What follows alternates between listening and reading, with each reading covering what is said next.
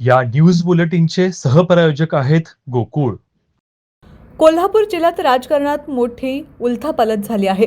राष्ट्रवादी काँग्रेसचे अजित पवार गटाला मोठा धक्का लागला असून महिला जिल्हाध्यक्षा शीतल फराकटे यांनी शिवसेना शिंदे गटात जाहीर प्रवेश केला.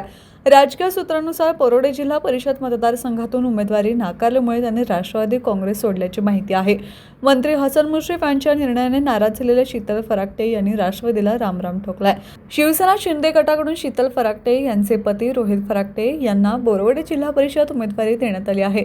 तसेच पंचायत समिती निवडणुकांसाठीही शिवसेनेने उमेदवार जाहीर केले आहेत.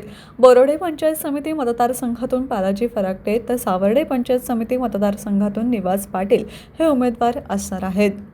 टीव्ही नेक्स्टसाठी मुरगुणहून सर्जेराव भाट.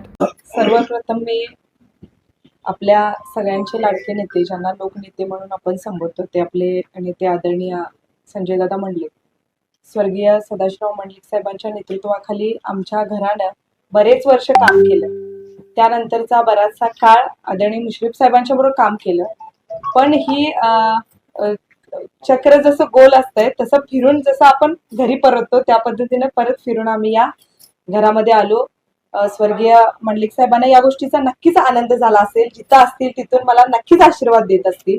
आदरणीय संजय दादांचे मी मनापासून आभार मानते की 2-3 दिवस या सगळ्या घडामोडी घडत असताना त्यांनी मला असं सुद्धा म्हणलं नाही की तू स्वतः ये माझ्या भेटीला आणि मग आपण बोलूया किंवा या सगळ्याची चर्चा करूया.